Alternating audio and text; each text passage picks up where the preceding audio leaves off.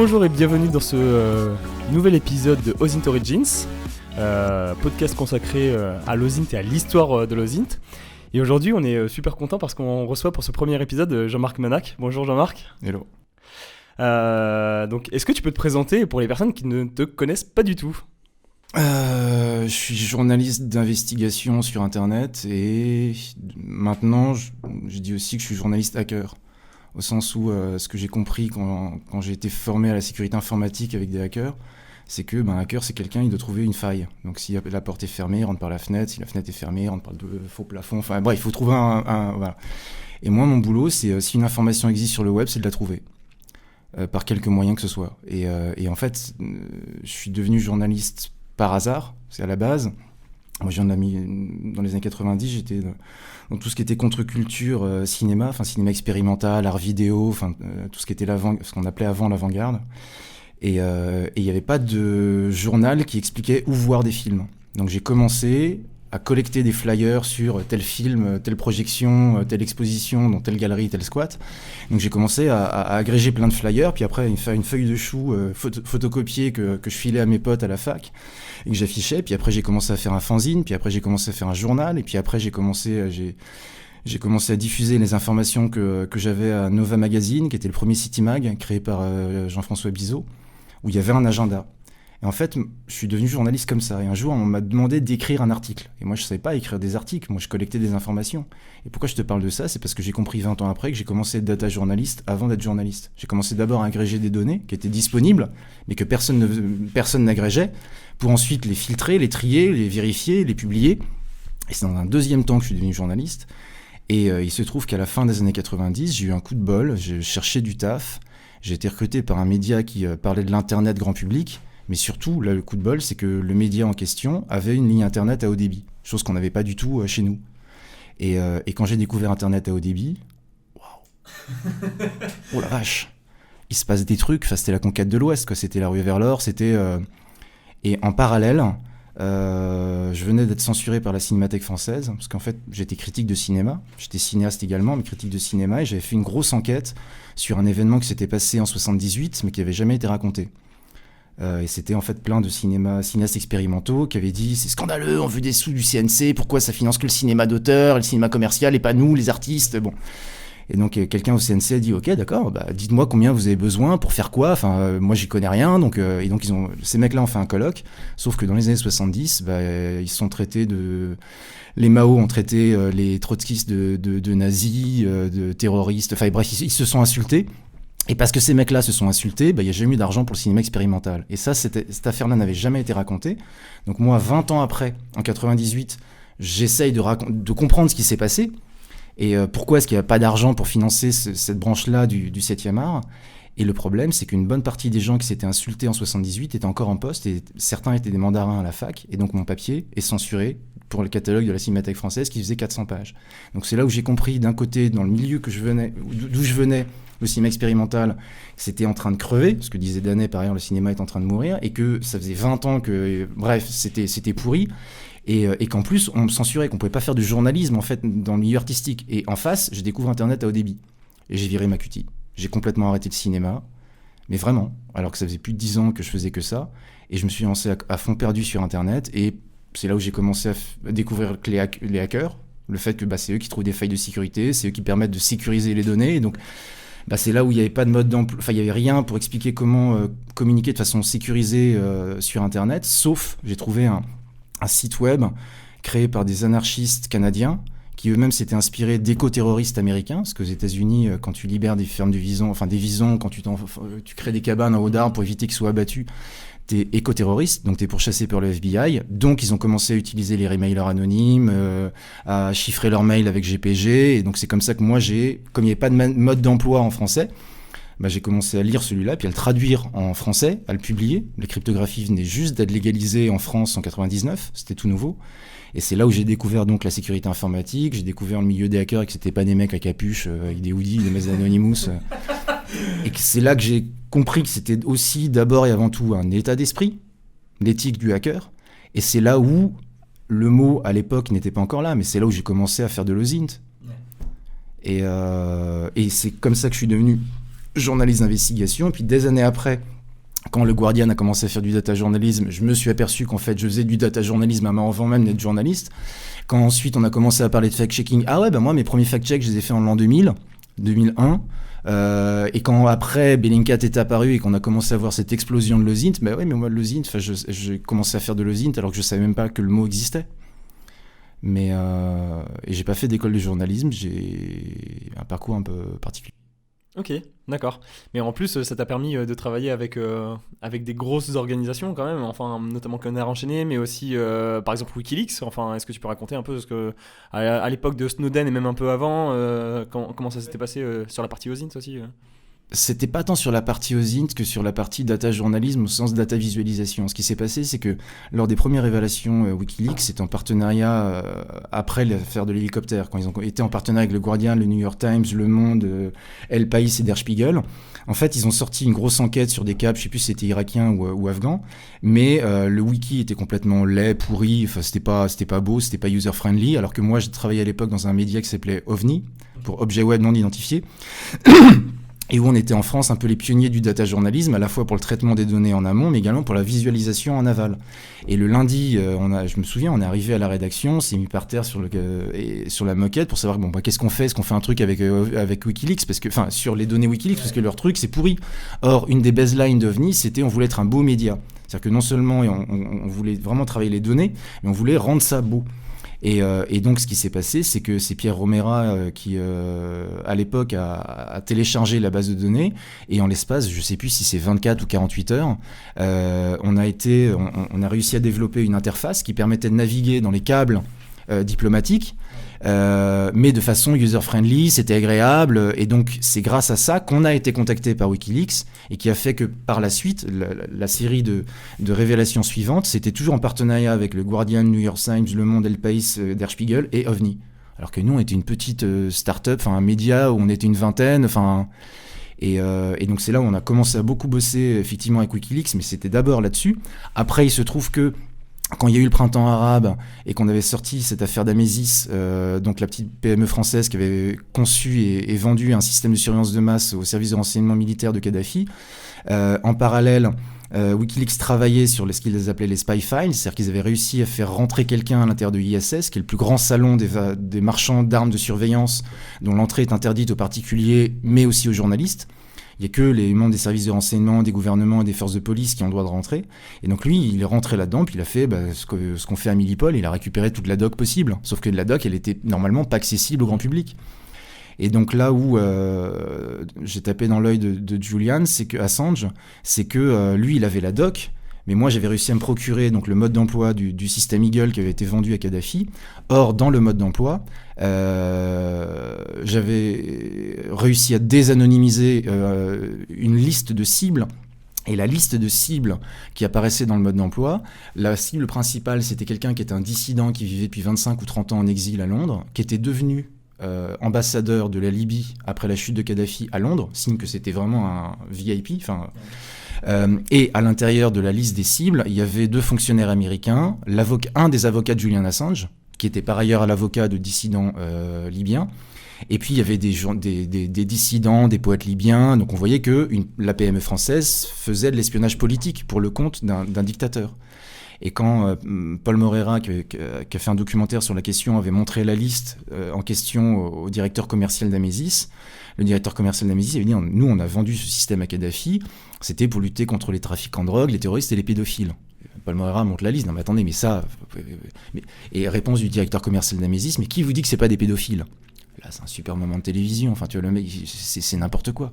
Et donc, quand j'ai apporté la preuve que un des avocats d'Assange avait été espionné par Kadhafi, là, on avait la preuve non seulement que ces armes-là existent et sont vendues à des dictateurs, mais que ça sert aussi à faire de l'espionnage politique. Et c'était la preuve concrète et pas seulement théorique. Et il se trouve qu'après, même quand OVNI s'est cassé la gueule, j'ai continué à bosser avec Wikileaks pendant des années jusqu'à la chute après l'élection de Trump et les dernières révélations de Wikileaks avant qu'il ne devienne un peu starbé et qu'il soit finalement incarcéré. Enfin, quand je dis starbé, entendons, c'est juste que quand vous enfermez quelqu'un dans les conditions dans lesquelles il a été enfermé, oui, ça fait longtemps que je sais qu'Assange ne va pas bien dans sa tête et qu'on le voyait.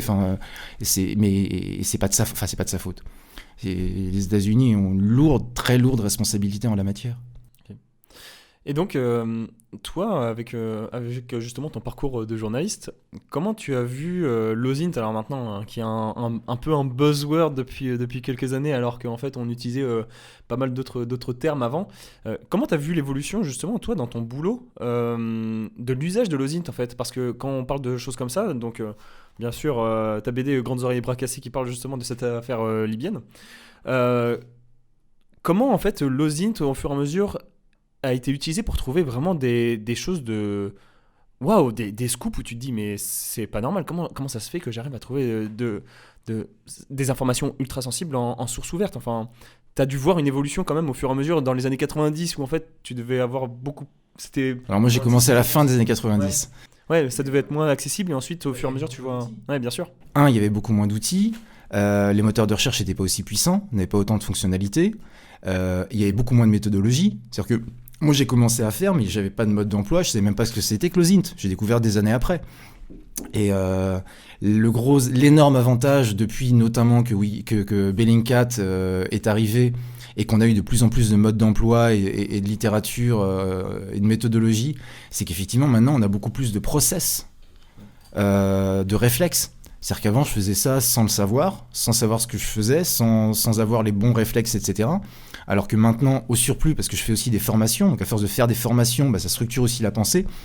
Et donc maintenant, je pense que être beaucoup plus efficace parce qu'il y a plus d'outils, mais également surtout parce que en termes de méthodologie, je comprends mieux maintenant ce qu'il faut que je fasse. Alors qu'avant, comme je savais pas ce que c'était que l'OSINT, j'avais pas de cadre intellectuel pour arriver à le penser.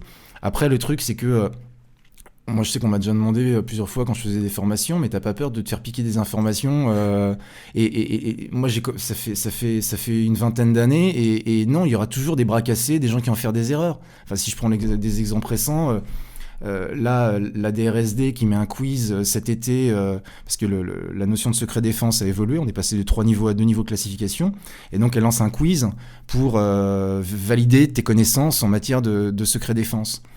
Et les réponses, et après il y a un quiz pour valider si oui ou non tu as le droit d'avoir le diplôme. Sauf que c'est codé en dur dans le code source, le code qui permet d'avoir le diplôme, t'as même pas besoin.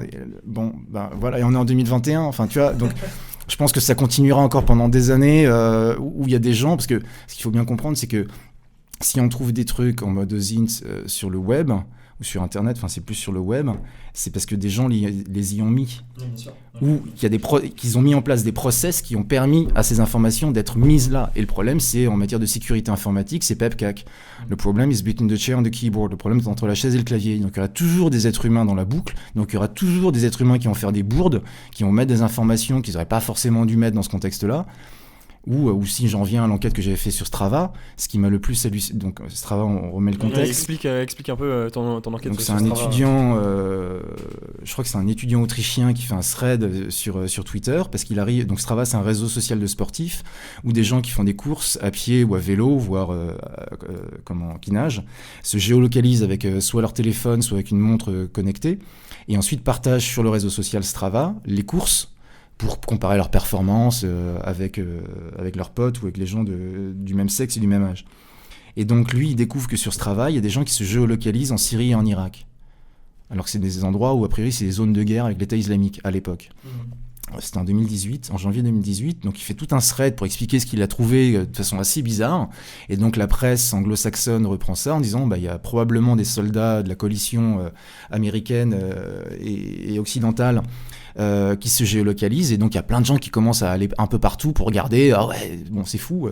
Et le dimanche soir, il y a un article du Monde où il y a un porte-parole du ministère des Armées qui explique que nous sommes tout à fait conscients des problèmes de géolocalisation, ça fait des années qu'on sensibilise nos soldats à pas faire n'importe quoi, n'importe comment, et nous venons de renvoyer un message à l'intégralité de nos soldats pour éviter de faire des bêtises avec la géoloc.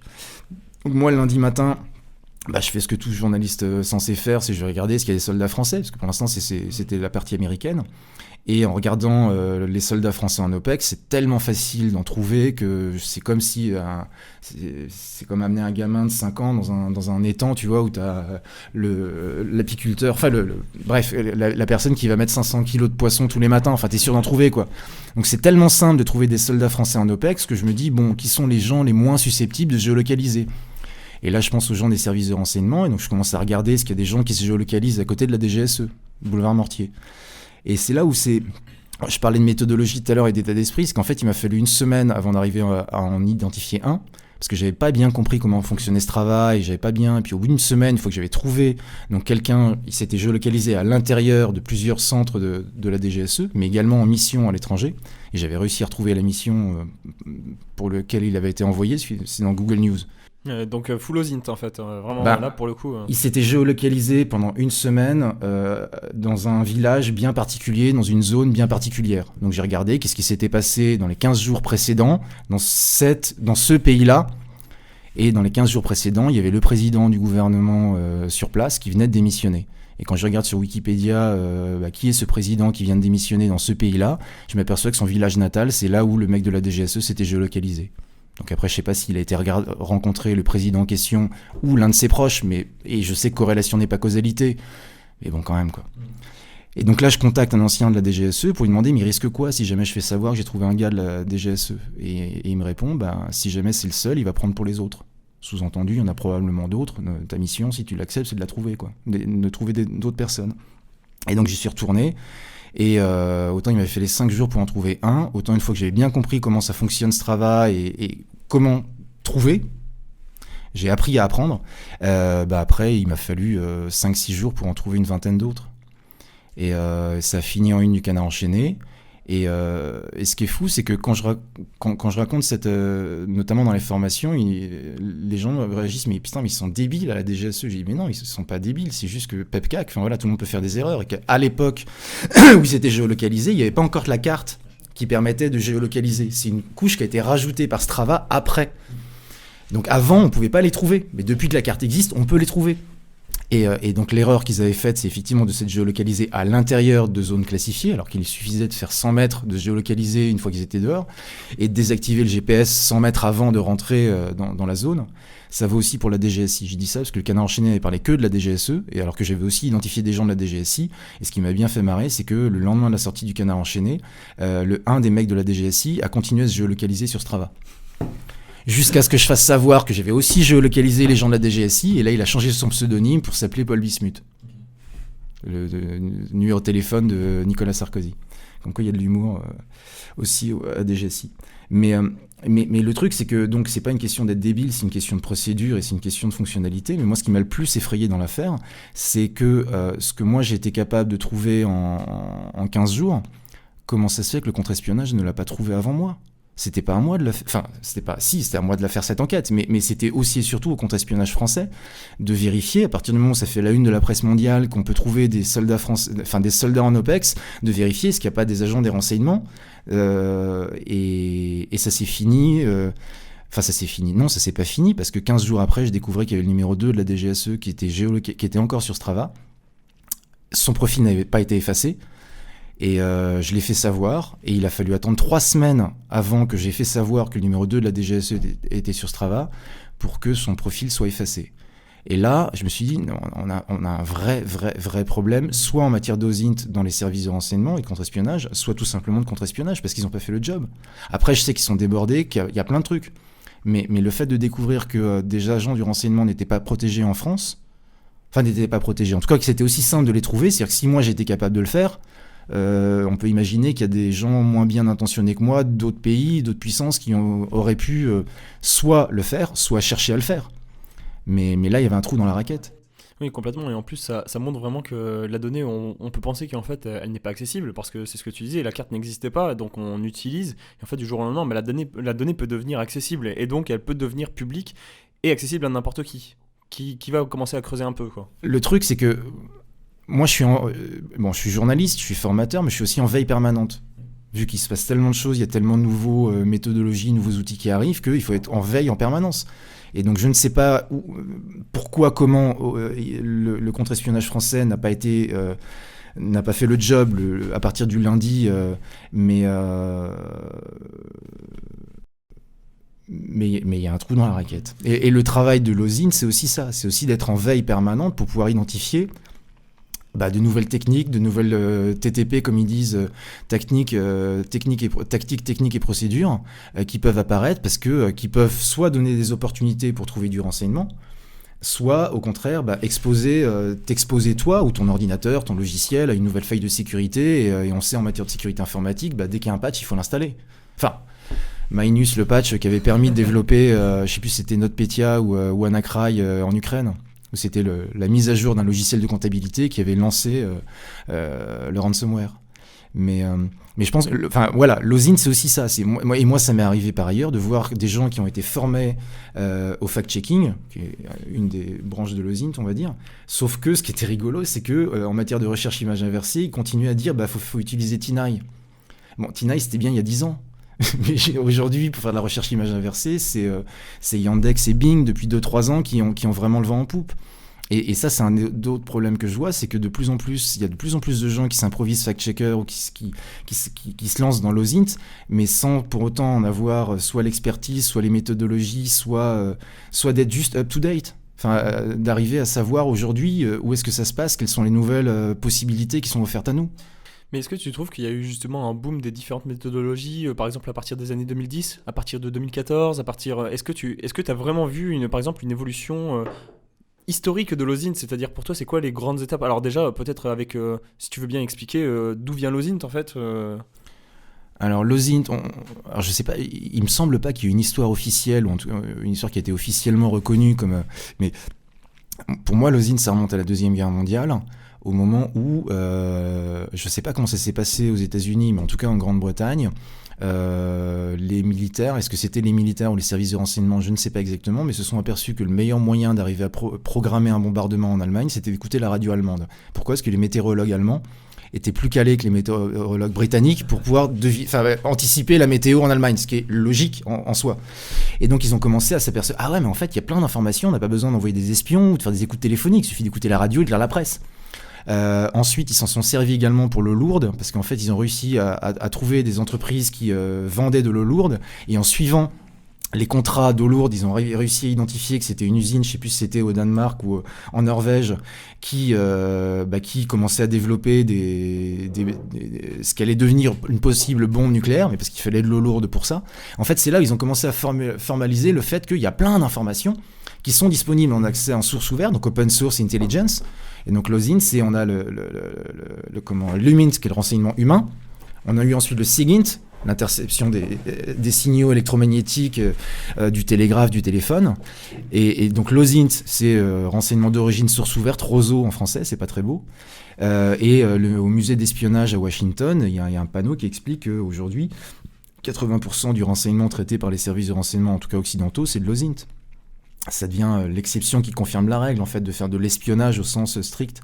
Le problème, encore faut-il savoir comment le trouver et le trouver, avoir l'état d'esprit, parce que c'est d'abord et avant tout un état d'esprit qui va te permettre de trouver l'information que tu cherches. C'est ce qu'on appelle le cycle du renseignement. Il faut d'abord savoir qu'est-ce que tu cherches avant de te lancer, parce que si tu sais pas ce que tu cherches, tu vas pas trouver, ou tu vas perdre du temps, ou tu vas trouver des trucs cassés ou pas pertinent. Et puis après, c'est aussi une capacité d'analyse, parce qu'il faut analyser le renseignement pour pas... c'est la différence entre corrélation et causalité, ou pas confondre un islamiste et un terroriste, et avec un musulman, Mais donc c'est une capacité d'analyse, et après, ça va se reposer sur des outils, éventuellement des technologies. Mais moi, par exemple, oui, j'ai développé, parce que j'ai commencé dans les années 90, donc je sais parler un petit peu le HTML, très peu le JavaScript, et c'est tout. Moi, je sais pas programmer en Python, je sais pas programmer en R, alors que je sais que c'est énormément utilisé en mode OSINT. Mais moi, j'ai fait une fac de cinéma, j'ai un bac littéraire, et puis j'ai pas le temps de me mettre à ça. Et en plus, j'en ai pas besoin, au sens où j'arrive à trouver tellement de choses sans ça que c'est pas un prérequis. Mais après, il y a plein de branches de l'OSINT. Et sinon, donc ça, c'est historiquement parlant, ça vient de là. Ensuite, comment on en est arrivé à faire ce podcast autour de la table ? Je pense que ça a commencé avec une campagne qui était en 2008, si mes souvenirs sont bons, du Guardian, qui a lancé une campagne « Rendez-nous les joyeux de la couronne ». En fait, ce qui s'est passé, c'est qu'il y a notamment, ça s'est articulé notamment sur le décès d'un cycliste à Londres.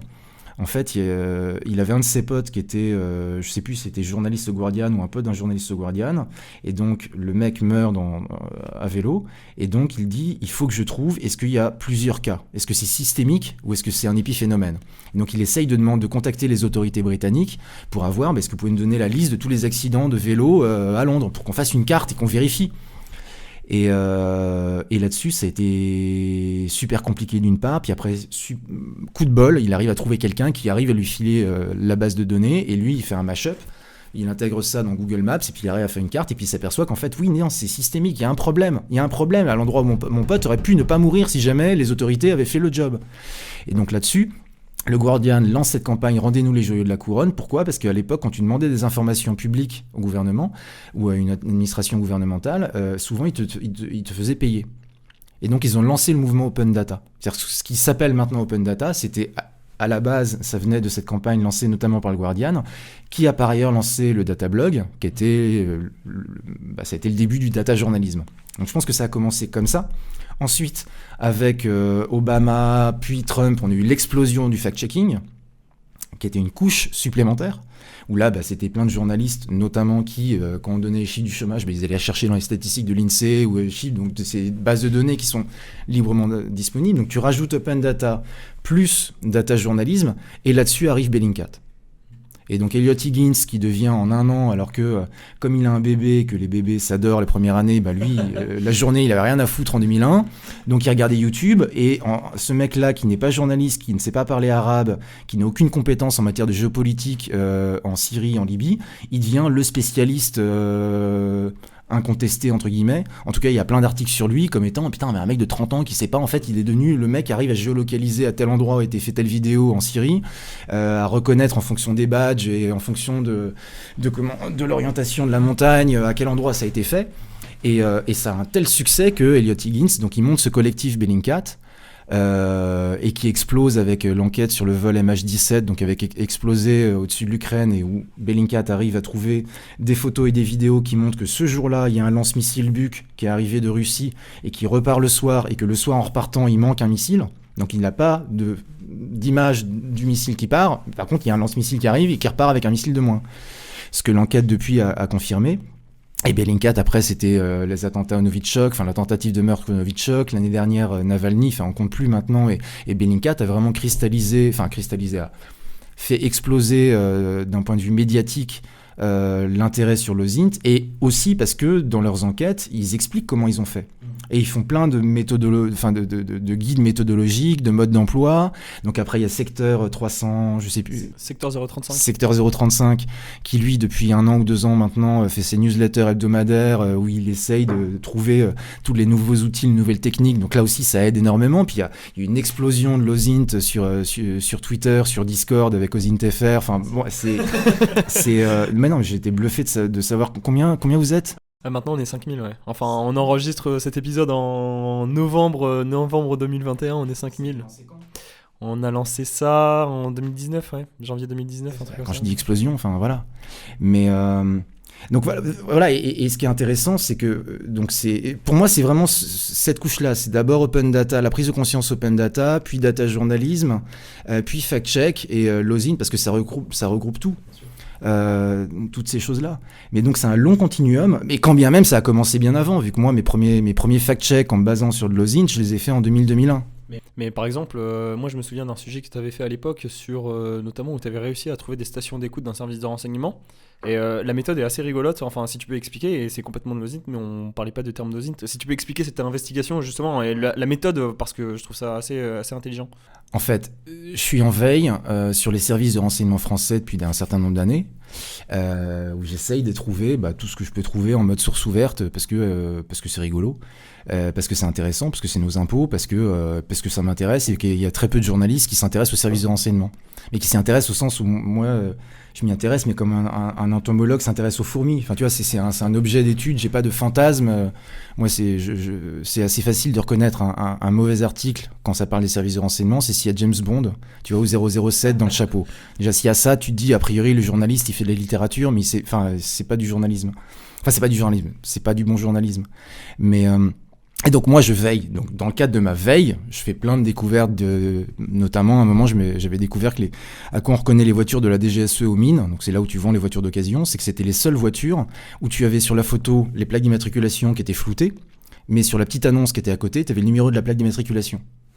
C'est complètement. Et quand j'avais contacté la DGSE pour leur demander mais pourquoi, c'est la procédure.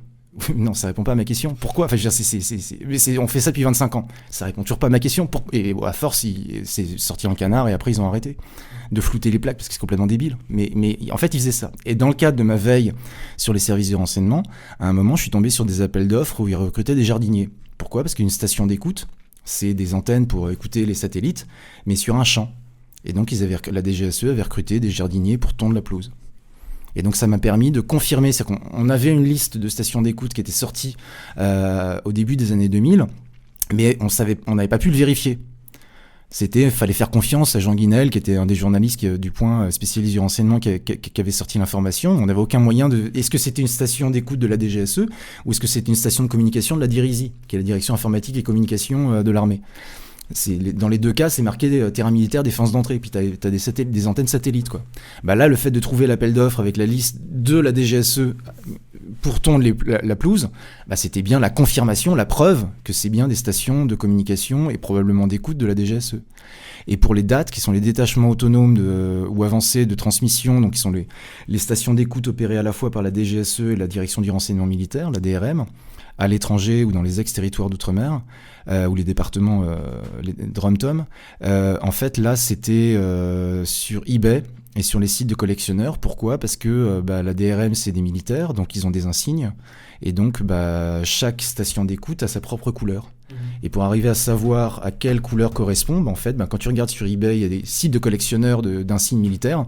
Et donc, c'était sur eBay, sur les sites de collectionneurs, que j'ai pu avoir confirmation que c'était bien, effectivement, des stations d'écoute des dates de la DRM et de la DGSE. Et donc, c'est là où c'est un bon moyen, quand je te disais tout à l'heure qu'un hacker, si la porte est fermée, il rentre par la fenêtre. Moi, la confirmation des stations d'écoute de la DGSE, c'était grâce à un appel d'offres de jardiniers. Et de la DRM, c'était grâce aux collectionneurs sur eBay.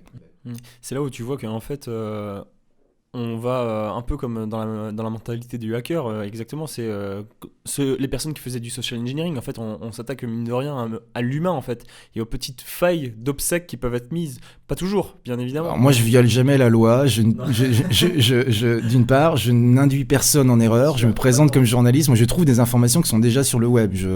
Complètement, mais je veux dire, c'est parce qu'en fait, il a fallu faire un appel d'offres pour recruter des mecs, que en fait tu as pu ensuite rebondir, c'est ton rebond en fait. Et donc c'est là où tu te dis l'humain en fait c'est sans dire que c'est pas bien ce que la personne a fait, parce que en fait c'est ouais, alors je mettrai un bémol à ça, parce que moi là où les humains ont fait le plus d'erreurs, c'est pas tant du côté des services de renseignement que du côté des journalistes. Je vais donner un exemple. Un des premiers fact-checks que j'ai fait, c'était en septembre-octobre 2001, parce qu'en fait, il y a eu un article qui avait été d'un journaliste de USA Today qui avait été repris par un peu la presse du monde entier. Pourquoi ? Parce qu'il disait que les terroristes qui avaient fait sauter les avions avaient communiqué de façon sécurisée en cachant leurs messages secrets dans des photos porno. Waouh, terrorisme, attentat, porno, buzzword. Donc tout le monde le reprend. Et moi, terrorisme, porno, terroristes islamiques, ils vont pas utiliser des photos porno, qui cachent des messages en utilisant la stéganographie dans des photos, dans des images, c'est plausible. Dans les photos porno, là, c'est n'importe quoi. Le journaliste avait des sources qui étaient anonymes du renseignement, donc alors déjà intox, possibilité d'intox. Donc je me suis intéressé au journaliste en question. Qui est ce journaliste qui raconte ça ? Et donc j'avais à l'époque découvert que c'était un mec qui faisait partie d'une église évangélique et qui avait déclaré qu'il était trop bête pour trouver les informations par lui-même, c'était Dieu qui les lui envoyait. Donc, moi, je fais mon papier en expliquant ce pourquoi c'est complètement improbable que des islamistes utilisent des photos porno, que le journaliste dit qu'il est trop bête, que c'est Dieu qui lui envoie ses scoops, qu'on est en pleine guerre de l'information et d'intox, que par ailleurs une étude avait été faite, des universitaires avaient fait une étude, téléchargé énormément de photos sur eBay pour vérifier ce qu'il y a des photos cachées à l'intérieur. Enfin bref, je fais un truc en mode OSINT en disant que c'est complètement improbable. Il se trouve que le journaliste de USA Today en question a été viré quelques années après parce qu'il avait bidonné une bonne partie de ses scoops. Et moi, c'est juste que ce que j'avais fait, c'est que quand j'avais vu terrorisme porno, pour moi, il y avait un truc qui collait pas. Et donc, j'avais essayé de chercher, de vérifier. Et le problème, c'est que j'ai beaucoup plus fait de fact-check par rapport à des enquêtes journalistiques où il y a des journalistes qui sont tombés dans un biais de confirmation ou qui n'ont pas vérifié ce qu'ils ont, et ça m'arrive encore régulièrement. Donc, c'est beaucoup plus ça où j'ai des problèmes que du côté de gens de services de renseignement qui feraient des erreurs. Enfin, après, sur les appels d'offres en question, c'est pas une erreur. Quand j'avais contacté la DGSE pour leur dire « Mais attendez, mais là, j'ai la liste de tous les numéros de téléphone de toutes vos stations d'écoute. » Ils m'ont dit « Oui, mais vous imaginez bien que des secrets, on va pas les balancer au téléphone. Mais oui, il faut une ligne téléphonique parce qu'on a besoin d'avoir quelqu'un à l'accueil. Mais c'est pas secret défense. » Donc, le fait d'avoir rendu public... Et j'avais fait un quiz à l'époque que Slate avait appelé Rions un peu avec la DGSE. Je sais plus si c'est moi qui avais trouvé le titre, mais en attendant, ce que j'avais expliqué par la suite, c'est que je me moquais pas de la DGSE. C'est que oui, on peut s'amuser, même y compris avec un service de renseignement, en trouvant des informations qu'on n'aurait pas imaginées, mais ça veut pas dire que la DGSE ou autre service de renseignement est nul ou qui a fait des conneries. C'est qu'il faut arrêter de fantasmer sur le fait que les services de renseignement ce serait James Bond ou qu'ils seraient plus forts que toi ou qu'ils auraient tous les droits ou non, c'est d'abord et avant tout des administrations et donc avec des trucs un peu chiants, un peu longs, puis des gens qui peuvent éventuellement faire des erreurs ou qui sont dans des process et moi ça m'intéresse encore plus de faire de l'OSINT sur eux parce qu'a priori effectivement c'est secret. C'est un challenge en fait, faut vraiment donc c'est là où il y a le côté un peu ludique, tu vois, à s'intéresser à un truc et où accessoirement, et c'est ce que je pense a été démontré avec l'enquête que j'avais fait au Canard enchaîné, c'est que je fais aussi le job. Parce que si jamais moi je peux trouver ça, ça veut dire que d'autres peuvent le trouver et donc il vaut peut-être mieux que ce soit moi qui le trouve avant d'autres ou pour éviter que quand c'est des informations qui peuvent être préjudiciables. Pour revenir sur la partie fact-checking, etc., est-ce que, et là c'est vraiment une question un peu ouverte, est-ce que le plus gros risque justement maintenant pour des journalistes ou des organismes de presse qui font du fact-checking, c'est pas justement de pouvoir savoir si c'est pas de la désinformation ou que justement quand tu vois passer un truc sur Twitter et de te dire ok waouh c'est un scoop, on va essayer de fact-checker, tu fact-check vite fait et en fin de compte c'est parce que tu as fact-checké avec deux autres comptes Twitter par exemple qui sont de la désinformation. Est-ce que c'est pas le prochain problème qui va arriver justement maintenant que tout le monde se met au fact-checking? Alors le problème c'est que c'est encore pire que ça. C'est-à-dire qu'il y a un super bouquin de Philippe Vasset et Pierre Gastineau qui est sorti il y a 2 ans, qui s'appelle Armes de déstabilisation massive, je crois, qui explique que en surfant sur cette mode, entre guillemets, lancée par Wikileaks, d'arriver à faire travailler des rédactions différentes et des ONG autour de documents obtenus par des lanceurs d'alerte, il y a de plus en plus de cabinets soi-disant d'intelligence économique qui, payés par une boîte ou une administration, va utiliser des services de hackers pour pirater l'infrastructure informatique de leur adversaire, pour ensuite exfiltrer des documents, ensuite se faire passer pour un lanceur d'alerte, confier ces documents à des journalistes ou à des ONG, pour que les journalistes ou les ONG puissent les publier dans la presse, et ensuite que l'entreprise qui les a payés puisse arriver en justice. Regardez ce que les lanceurs d'alerte ont révélé, le scandale, alors que jamais ils auraient pu le faire auparavant sans avoir blanchi les documents qu'ils ont piratés en se faisant passer pour des lanceurs d'alerte. Et donc ce bouquin-là raconte que de plus en plus de ce qu'on pense être des lanceurs d'alerte qui sortent des documents, en fait, c'est des médias et des ONG qui sont manipulés, soit par des barbouzes, soit par des services de renseignement, dans des opérations de déstabilisation. Donc aujourd'hui, il faut se méfier de Madame Michu, qui est complotiste. Il faut se méfier des journalistes qui s'improvisent fact-checkers et qui n'ont pas le temps ou qui se prennent les pieds dans le plat et qui ne font pas les choses correctement. Il faut se méfier de ces barbouzes qui vont se faire passer pour des lanceurs d'alerte. Il faut d'abord et avant tout se méfier de soi, parce que le premier problème, c'est toi-même avec tes biais de confirmation. Et que donc, aujourd'hui, ça devient de plus en plus, pas forcément difficile, mais de plus en plus difficile de croire quoi que ce soit. Moi, je suis devenu complètement agnostique. Je ne crois plus rien, je vérifie. Et le problème, c'est qu'avec la pression des chaînes d'information continue, d'abord radio, puis télé et Internet, la majeure partie des journalistes, parce que moi je suis souvent en formation, et je le vois, la majeure partie des journalistes n'ont pas le temps. Ils n'ont pas le temps de vérifier. Et le problème, c'est qu'on ne peut plus se permettre de ne pas vérifier. C'est juste pas possible. Et c'est là où, par ailleurs, je pense que la façon que j'ai de travailler, s'apparente aussi à la façon qu'ont de travailler des analyses du renseignement. C'est que quelqu'un qui travaille dans le renseignement, de ce que j'ai cru comprendre, son boulot, c'est pas dire « je crois que », c'est effectivement d'analyser pour informer l'exécutif. Et à partir de là, il doit apporter les preuves de ce qu'il avance. Et après, il y a des indices, et on a eu plusieurs papiers qui sont sortis ces derniers temps, où on voit qu'il y a des grilles de 1 à 5 ou à 6, où on va noter, ils vont estimer la probabilité que cette information soit avérée ou pas. T'as pas ça dans la presse. Dans la presse, la totalité des papiers te laisse entendre que si c'est publié dans la presse, c'est que c'est vrai. Alors non, dans les services de renseignement, ils te mettent un indice de je vous envoie cette information, mais peut-être bien que oui, peut-être bien que non. Mais voilà. Et c'est en ce sens-là où, par ailleurs, le fait de s'intéresser aux services de renseignement et d'essayer de comprendre comment ils fonctionnent fait que ça améliore ma capacité à moi en tant que journaliste de faire mon job, parce que je comprends mieux l'importance du décryptage, l'importance de l'analyse, et que j'ai ce luxe-là, parce que je suis freelance, de pouvoir prendre le temps de vérifier. Alors il y a des fois je vais trouver un truc en quelques minutes, et puis d'autres fois ça me prend plusieurs années avant d'arriver à boucler une enquête, le temps d'arriver à vérifier ce sur quoi je travaille. Mais alors, justement, qu'est-ce que tu recommanderais, en fait, quels sont tes conseils pour des personnes qui voudraient se lancer dans l'OSINT et par exemple qui sont pas du tout, parce beaucoup de personnes pensent que l'OSINT en fait c'est très lié à la cybersécurité et qu'il faut savoir coder, qu'il faut savoir faire ce genre de choses. Quels sont tes conseils pour des personnes qui ont fait des études de journaliste, ou alors des personnes complètement autodidactes qui par exemple font les 3-8 dans une usine et qui voudraient se lancer dans l'OSINT? Déjà, il n'y a pas besoin de faire des écoles de journalisme, même si aujourd'hui pour devenir journaliste ça devient de plus en plus difficile si tu as fait d'école de journalisme.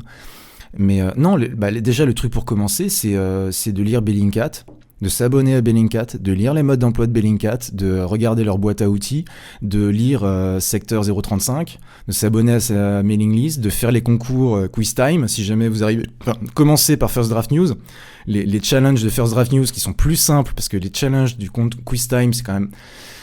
À part si t'as Google Lens. Avec Google Lens, généralement, QuizTime marche. C'est assez bluffant. Je sais pas si... ouais.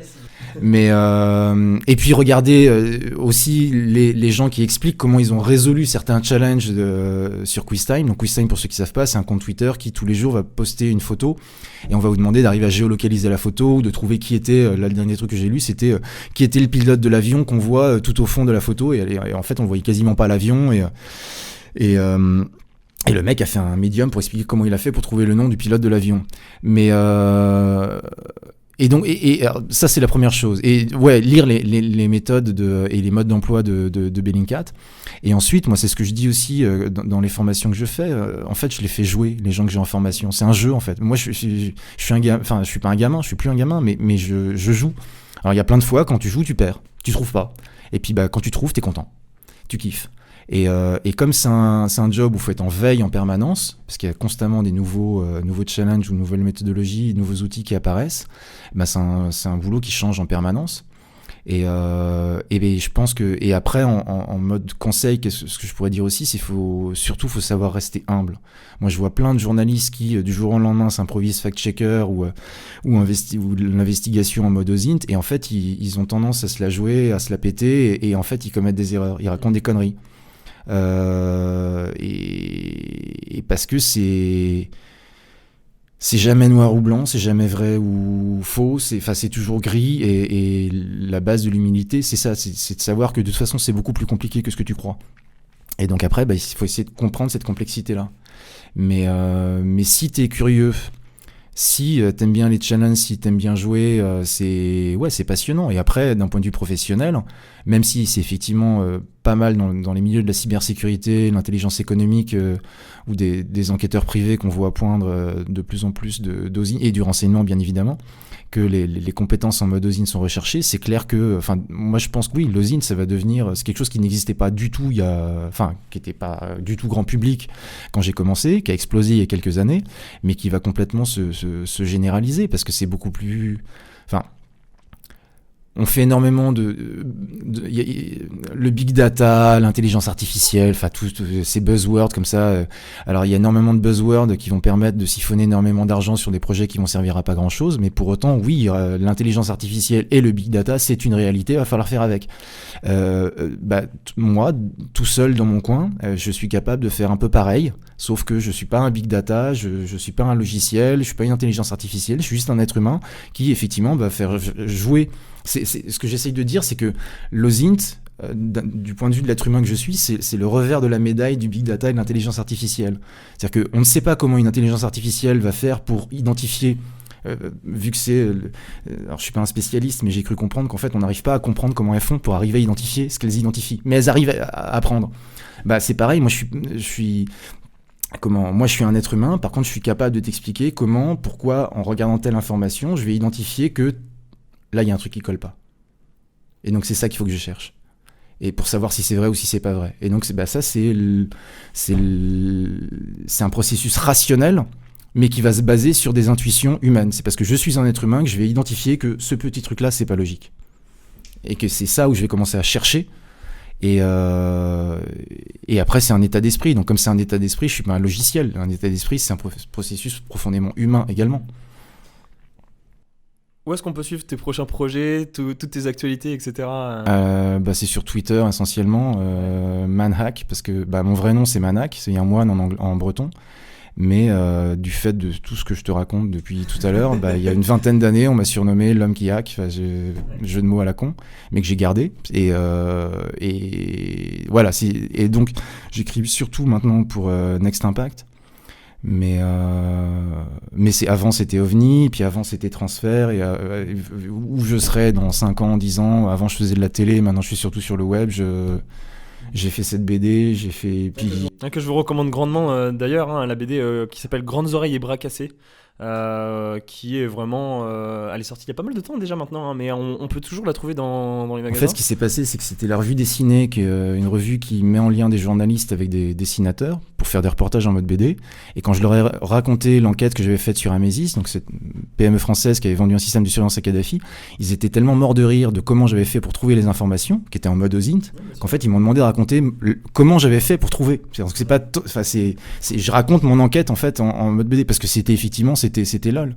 Là où c'est moins LOL, c'est que là, il y a 4 des dirigeants de la boîte en question qui ont été inculpés de complicité de crime, de torture, parce qu'il y a des gens qui réellement ont été arrêtés et torturés grâce à leur logiciel.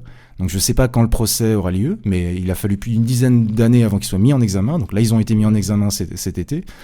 Et là, ou pareil, avec NSO, la polémique qui est autour de Pegasus, on sait que les marchands d'armes de surveillance numérique, ils n'ont pas vraiment le vent en poupe en ce moment. Quand bien même c'est un milieu pété de thunes, il y a énormément d'argent à se faire. Mais et eux aussi, ils se mettent de plus en plus à l'OSINT. Moi, quand je regarde le salon ISS dont je parlais tout à l'heure, où on avait enquêté avec Wikileaks sur les spy files, là, ce que je vois depuis quelques années, il y a de plus en plus de boîtes qui font de l'OSINT, qui vont à ISS. Mais ce qui est logique. C'est normal que les services de renseignement fassent de l'OSINT. Enfin, ça vient de là, en plus, l'OSINT.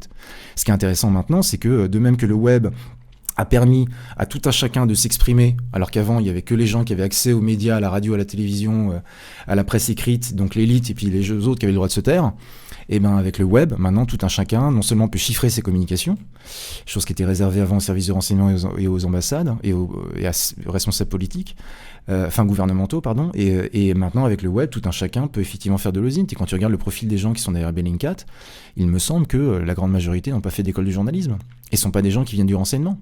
Et pourtant, ils ont réussi à outer plus d'une dizaine d'espions russes dont une bonne partie ont été impliqués dans des meurtres ou des tentatives de meurtre, et avec des informations qu'ils ont trouvées en mode OSINT. Alors après, pas mal de polémiques sur l'accès à certaines bases de données sur le dark web en Russie, et en quelle mesure il pourrait être manipulé par des services de renseignement. Et puis après, l'OSINT, ça peut être sur... Surtout n'importe quoi en fait. C'est-à-dire, tu veux faire une comparaison du marché de l'immobilier par exemple dans ta ville Si je prends l'exemple du Covid, quand on était, je sais plus, ça devait être en avril, fin mars, début avril, quand j'ai vu quand un tweetos m'a fait remarquer que le professeur Salomon indiquait le nombre de morts dans les hôpitaux, bah, ça veut dire en creux qu'il n'y a pas les EHPAD et il n'y a pas à domicile. Donc il m'a demandé de contacter tous les EHPAD. Je lui ai répondu non. On va essayer de trouver un autre moyen, parce que c'est pas possible de contacter tous les EHPAD. Et j'ai eu l'intuition de regarder les avis de décès dans la PQR. Et coup de bol, dans le Haut-Rhin, là où il y avait le pic, le plus gros cluster en France, bah, c'est une population qui est très attachée à sa presse locale. Et donc il publiait les avis de décès. Et en comparant l'évolution du nombre de décès dans la PQR, à la fois par rapport aux semaines précédentes et par rapport aux années précédentes, c'était disponible sur le web, sur un site web qui s'appelle Libra Memoria. J'ai pu démontrer avant que l'INSEE, avant que le gouvernement, avant que les autorités sanitaires ne s'en aperçoivent, j'ai pu démontrer qu'il y avait 2 fois plus de morts que ce qui était annoncé officiellement. Et alors que je n'ai aucune compétence en épidémiologie, que je ne suis pas un journaliste spécialiste de santé, et ça c'est pur OSINT. Mais ça veut dire que c'est à la fois une capacité d'analyse. Identifier, s'il mentionne que les morts en hôpitaux, ça veut dire qu'en creux, il n'y a pas les morts en EHPAD et à domicile. 2, arriver à trouver, donc on pivote, arriver à trouver où est-ce que je peux trouver la réponse à ma question. Les avis de décès, coup de bol, il y en avait plein dans le Haut-Rhin. Après, c'est le travail d'analyse, il faut vérifier et comparer. Et ensuite, et ça a été démontré, ça a été avéré depuis qu'effectivement, il y avait 2 fois plus de morts parce que les personnes les plus âgées n'étaient pas renvoyées en urgence, en réa. Et donc ça, oui, on peut faire de l'OSINT surtout. Jean-Marc Manac, merci beaucoup d'avoir été notre premier invité pour cette longue série, j'espère, de OSINT Origins. J'espère que ça t'a plu et tu es toujours le bienvenu pour pouvoir raconter justement d'autres histoires, les prochaines investigations ou les histoires d'auparavant. Je remercie également Marswan qui est derrière la caméra de OSINT-FR qui nous a aidé justement à réaliser ça. Vous pouvez voir également, donc il y a la partie podcast, mais il y a également la partie qui est sur YouTube avec les sous-titres en anglais. Et si vous voulez voir à quoi ressemble Jean-Marc Manac. Et donc ça vous a été présenté par Sylvain Hagery, moi-même, cofondateur d'OSINT-FR. Jean-Marc, merci beaucoup et à la prochaine.